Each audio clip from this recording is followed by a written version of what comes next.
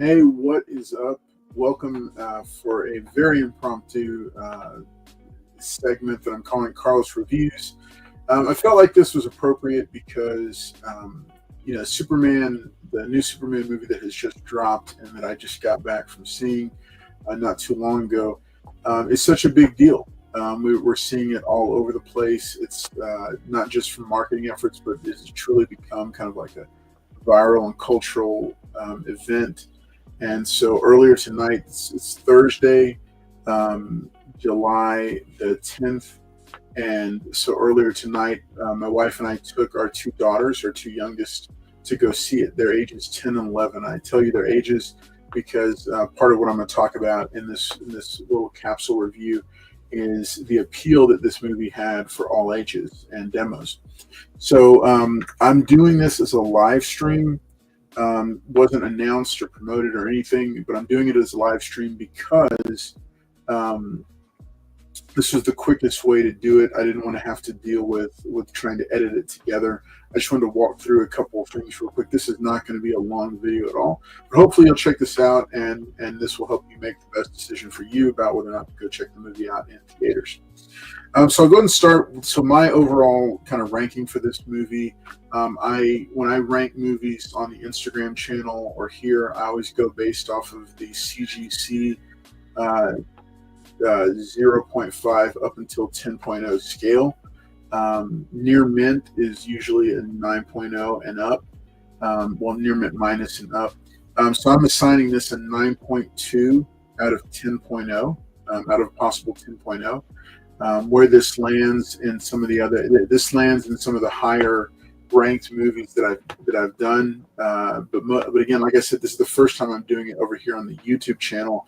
It's generally always been a written quick review over on the Instagram account. So you can go and search some of those under the little highlights reel on Instagram if you want to see my past takes and see kind of how this lines up with the rest of them. But I was just going to bounce through a couple of things that jumped out at me about this movie. Again, this is very fresh. So this is almost an out of the theater reaction more than it is a thought through, written out review. But I made a couple of notes here, so I'm just going to go through them. So like I said, my wife and I, we're in our 40s. We've got three kids, age 10 to 21. And so, I'm deep, obviously comic book fan, not as familiar with some of the lore, but just a big comic book fan who's well aware of all the comic movies and kind of the history of different characters on film. Wife, not really a big fan of comic book movies. She likes more grounded approach, more dramas and thrillers, whereas I like things with the more fantastical and escapism type of fare. So we're pretty different on the kinds of movies we like. And then our 10 and 11-year-old, they have really loved superhero films. They enjoyed all the early MCU films because those are the ones that we've watched through with them. They've loved Captain America and Hulk, especially. Not the older, they just like the character of Hulk, not necessarily the older Hulk movies.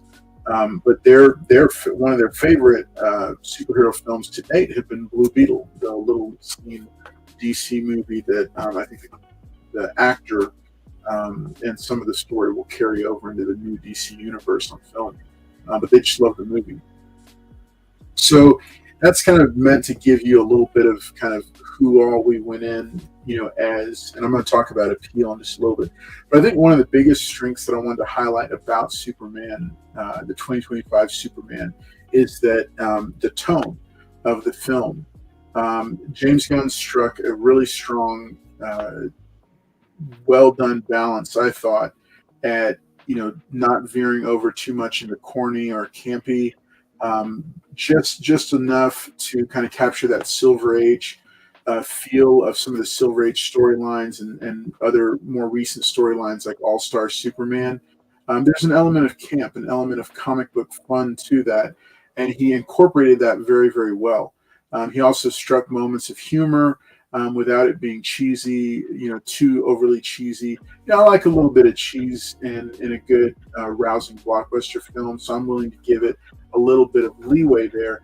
But I didn't think he ever went too far over into, oh gosh, into that territory where, a fan that's seen a lot would not be willing to forgive it, because there was a surprising amount on, the opposite side of it. There was a surprising amount of menace coming from Nicholas Holt's Lex Luthor. And I'm going to get to that, but I really think that the level of evil that this Lex Luthor functions at is more so than any other incarnation we've seen before. So I think that being able to go between those, those not extremes, but those two different levels, and then also striking heartfelt earnestness, really heartfelt moments that were shared, tender moments, especially with Superman and his earthly father, Jonathan Kent. Surprisingly, yeah, it really got to me, and in a way that I didn't expect, because again, the tone, Gunn just does such a good job of moving around between these different areas and striking a tone down the middle that drew on the strengths of all these different kinds of, disparate emotions that an audience could feel. Because, there was definitely humor, but then at the same time, there was a level of menace and danger that was in it. And some of the fight sequences were kind of intense. And our 10-year-old, I remember I looked over at her at one point, and she just kind of had her jaw dropped as she was watching one of the fight sequences. And, now we did, shout out to, I think it's Nerd Ultra, the Facebook group that I actually, usually I don't ever win things. I'm always doing giveaways and giving things away. But Nerd Ultra, I think it's Nerd Ultra, is a Facebook group that I'm in, and it was Nerd Ultra. Shout out to admin Tony Wilson. I think Daniel Melgoza is also an admin. But they did a giveaway that started at the end of June, and they gave away. So I've got it was a few different prizes, but one of them was a gift card to AMC theaters, and then we ended up getting stuck in traffic on the way over there, and what was normally a 15-minute trip took 45 minutes to get to the theater, to our local theater. And so shout out to AMC for bumping us up from a standard theater to a 3D, because our girls had never seen a 3D movie before, so this was kind of cool that it was their first 3D experience. But I say all that to say that my girls had their the 3D glasses on, so I could just see that, kind of their jaws would drop, their little jaws would drop as they were watching what was going on the screen. So they were completely immersed in it. They really enjoyed it and loved it. But I think the tone, a lot of that speaks to the tone that James Gunn was able to strike with the script and with the direction, where he didn't let it veer too far off of its main through line, which was definitely an earnest Superman. Definitely felt more like the Christopher Reeve Superman than like a Henry Cavill or a Dean Cain. It also kind of it also reminded me of Tom Welling's portrayal, which was also an earnest kind of feel. And I think that could be hard because Christopher Reeve was like the king of that kind of characterization for Superman. But David Cornsweet does a strong job of carrying the film. And surprisingly, the one that really pulls a lot of weight in this one is Rachel Brosnahan as Lois Lane. She is a very strong Lois Lane, but not like obnoxious or anything. I actually liked her more than the Margot Kidder original. That may be sacrilege for some, but I liked her interpretation. Really, she was pretty high up there in terms of ones that I liked. I just really liked hers. Because I think she's a fantastic actress to begin with. And then I just thought she did a really good job in this one because she was an active part of the story and an active part of, and you just really got a feel for her as a character and even how that was different from Superman and how he and Lois Lane could be at odds but still be in a relationship, and how that relationship would realistically function and work. I thought that they did a really good job with that. So and that core relationship of Clark and Lois, just really strong. It's really, it was really strong and well portrayed in this film. Because they are at odds with the events going on in the film, but ultimately, you see that they're in love and that they're working to make their relationship work. That just struck real to me. It struck rung true to me. With how relationships are in 2025. One of the other big strengths of it, so tone was a big strength. The casting was a huge strength because one thing that I've learned with directing is that when you cast a movie well, you will that's more than 50% of the job of the director is to cast your film well. And James Gunn did an excellent job with casting all of these characters. And there was a lot of them. Corn Sweat, Nicholas Hoult, and Rachel Brosnahan get a lot of the credit because they're the main three characters. Are Clark, Lois, and Lex Luthor. But the thing I needed to point out was that even characters that had very little screen time, ones like really strong actors like Wendell Pierce as Perry White, had almost no screen time whatsoever. Maybe had a dozen lines at most. But he's, just having strong actors like that in those roles just elevates the film so much. So all of these actors and actresses, even if they had a small part, they just did so much with it, and that added so much to the overall film. Was these characters. I think there's a lot of unsung heroes in this film that were mixed throughout that just did a really good job with the role that they had. Not even with the promise of more screen time to come, but they came into it and they said, "Look, I'm going to just really knock this out of the park." And I remember I was a little bit nervous about the casting of Jonathan Kent because that's such an integral role, but I mean, he knocked it out of the park, and so did all the rest of them. Other standouts, Edie Gathegi as Mr. Terrific gets a lot of screen time, more than I expected, but he just knocked it out of the park. The woman that plays the engineer, fantastic work. Really like what she did with, again, what little she had, because she was basically an action character, a character of action. So, but she was just killing it, So I could say that about all the characters in this film, all the actors and actresses that portrayed the different characters and brought this world to life. Fantastic casting job. I can't look at it and say that there was one single character that wasn't cast well or was miscast. Third strength of the film was the storyline.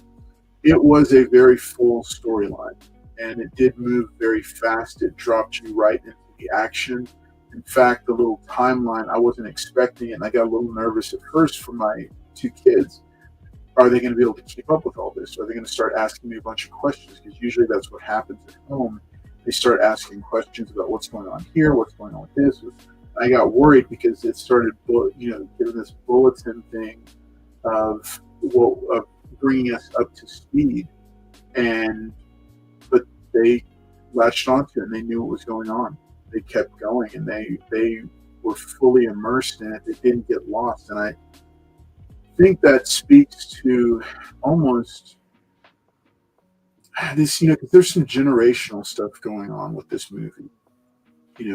As part of the older generation, I have to be able to let go of what I want and realize that the next generation coming up behind, he's becoming their Superman. And it's told in a way that might not be my preferred 100% way, but it's speaking to them. And that's the age, like 10, 11, 12, that's the age when, your mind is most captured by characters in movies like this. So I think that storyline, some people have said that, are there too many characters in it? No. I thought they did a really good job with the characters. The fun little, there was a fun little cameo about midway through that was perfect. And it wasn't that there was too many characters. It wasn't that there was too much going on. It was just a very full and fast storyline. It was fast paced, and it was packed with little moments and a lot going on. So I don't think it was too much. I think it is perfect for a 2025 audience. I might just be a little bit slower on that. So I wanted to point that out. Fourth strength that I had was the appeal. This movie appeals to really all four quadrants. In the industry is what they call it, but really it's an all ages crowd pleaser, and it's going to appeal to a wide demographic, not just deep dive comic fans, even though there's stuff for deep dive comic fans, but also brand new people walking in. Because I remember asking my wife on the way out, and again, she doesn't keep up with a lot of this. So did you understand what was going on? She was like, yeah. She's like, yeah, I got it. I understood what was going on. She's like, and there's some parts that I enjoyed. I really liked about it. And she really liked the relationship between Superman and Lois. And my daughters, I asked them, I said, hey, what did y'all think of it? And they both said, yeah, I mean, they fully understood what was going on there. They were excited. I mean, of course, my older daughter just loves dogs, so crypto was her big thing.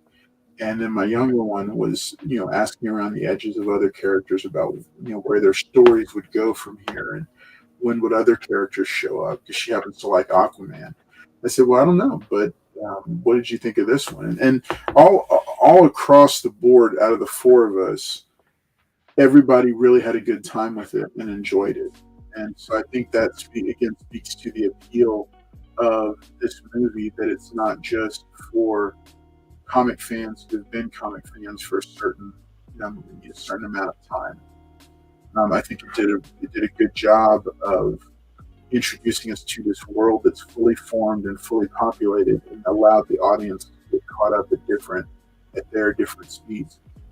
My fifth strength that I wanted to point out, and this is one that I'd also mentioned, was the evil Lex Luthor. We were talking about this on the giveaway show last night. We've had different iterations of Lex Luthor, and the old saying, a hero is only as good as their villain, it doesn't ring truer than it does here. And, Gene Hackman kind of had a humorous, campy style to him. Michael Rosenbaum had the friend that's a product of his environment and is kind of struggling with his soul, and ultimately goes to the side of evil. And then we've had various other, iterations. John Cryer and others have played Lex Luthor both in animation and live action, but I don't think we've ever had quite as evil a Lex Luthor as we've had here. And he's an evil mastermind, and he's very, very much the all-star Superman version of Lex Luthor brought to life. He has a bitter hatred of Superman, and he is going to do whatever it takes and apply all of his intelligence and resources towards getting rid of Superman. And I'm not going to say much more to it, but I just think, yeah, he was the strongest example of like a truly comic accurate Lex Luthor that we've had. And so I thought that was good. I thought that was a really great thing. Let's see. I see. Oh, hey, what's up, Christina Payne? Good to see you. Thanks for dropping in, saying hi. So a couple of weaknesses that I just wanted to point out also here. I think that because it's got to be a review with. It's not a good review without pointing out a couple of things that I'd like to see. Be a little bit different. I think in a couple of places it does get a little bit wordy. With exposition, I think films are for us to show not to tell us what's going on and not to kind of be quite so on the nose with certain things. Um, I think, when Superman, at the end of the film, when Superman tells Lex Luthor off when they have their final face to face, I think a little bit of it was on the nose. I liked it and appreciated it, and I thought it was good, but it was a little bit too wordy. I think that it could have been a little bit more concise and maybe a little bit differently. But you be the judge of that. It happens at the end. It's in the you're right at the very end. Um, I think that the only other thing I would say is that there were some characters that I would have liked to have seen more of. Specifically um, the the Hawk Girl did not really get as much screen time as I would have liked to have seen her get. Isabella Merced is a very talented actress. Would like to have seen a little bit more done with her. Wendell Pierce as Perry White, would have liked to have seen more done with him. I think the whole Daily Planet crew doesn't get quite as much screen time. Lois Lane gets a ton of screen time, which is appropriate. Skylar Gisondo as Jimmy Olsen. That was a fun role and fun casting. So he has more to do than the rest, but the rest of them, like Cat Grant, Steve Lombard, Perry White, they don't really have a lot of screen time. They do great with what they have, but I would have liked to have seen more. Another one is Metamorpho. He has enough screen time, I think, but it's a very he's very much a plot device. So there's just not a lot with him. There's not a lot of fleshing out of some of these characters. We're given the character, what they do, how they serve the plot, and then we move right along. So I think I would have liked to have seen more done with some of these characters, but it wouldn't have made a better film to have. It would have gotten bloated. So I think probably the upside of that is that I would have, I think the upside of it is that I wanted to spend more time in the world, and I think that's a good thing. So I think that's a really good thing. I think that the last weakness, the last weakness that I probably would have pointed out would have just been, maybe a little bit more time with Superman himself, but I don't think we needed it. I think that it just would have been cool to see more of him. But we got a lot. We got quite a bit of Superman. So I almost don't even know that that's a critique of the film. But I think all in all, it's a great film. It's a strong. It's well worth seeing in theater. I would say, yeah, go ahead and go see it in IMAX if you haven't watched it yet. But otherwise, I hope this was helpful to you. I give it, again, like I said at the beginning, I give it a 9.2 out of 10 using the comic grading scale. So I think it's something that each person is going to decide. I was very pleased with it. I think it's a strong, rousing start to the new DC universe. It definitely sets the tone. I'm interested in seeing how some of the other projects will fit into this, because I can see how Peacemaker will fit into this and plug into it.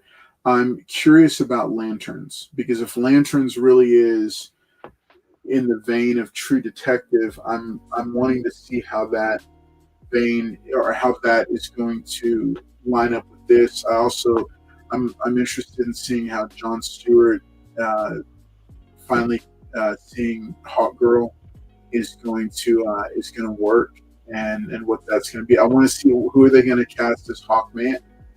When are they going to introduce him? So we're going to do. So I think those are a couple of things but just a couple of thoughts. And so I think that, all in all, I would say, yeah, to, that it's a good film. It's worth seeing, and I thoroughly enjoyed it. So check it out in theaters. It's Superman, 2025, now live in theaters. I'm gonna go ahead and peace out right now, but y'all take care. Have a great night, and drop something in the comments. Let me know. Did you go check it out in the theater? What did you think about it? I'll see you next time. This is Carl Collects Comics. Oh, and remember, tomorrow night is another episode of Expensive Paper Showcase. So I hope to see you then.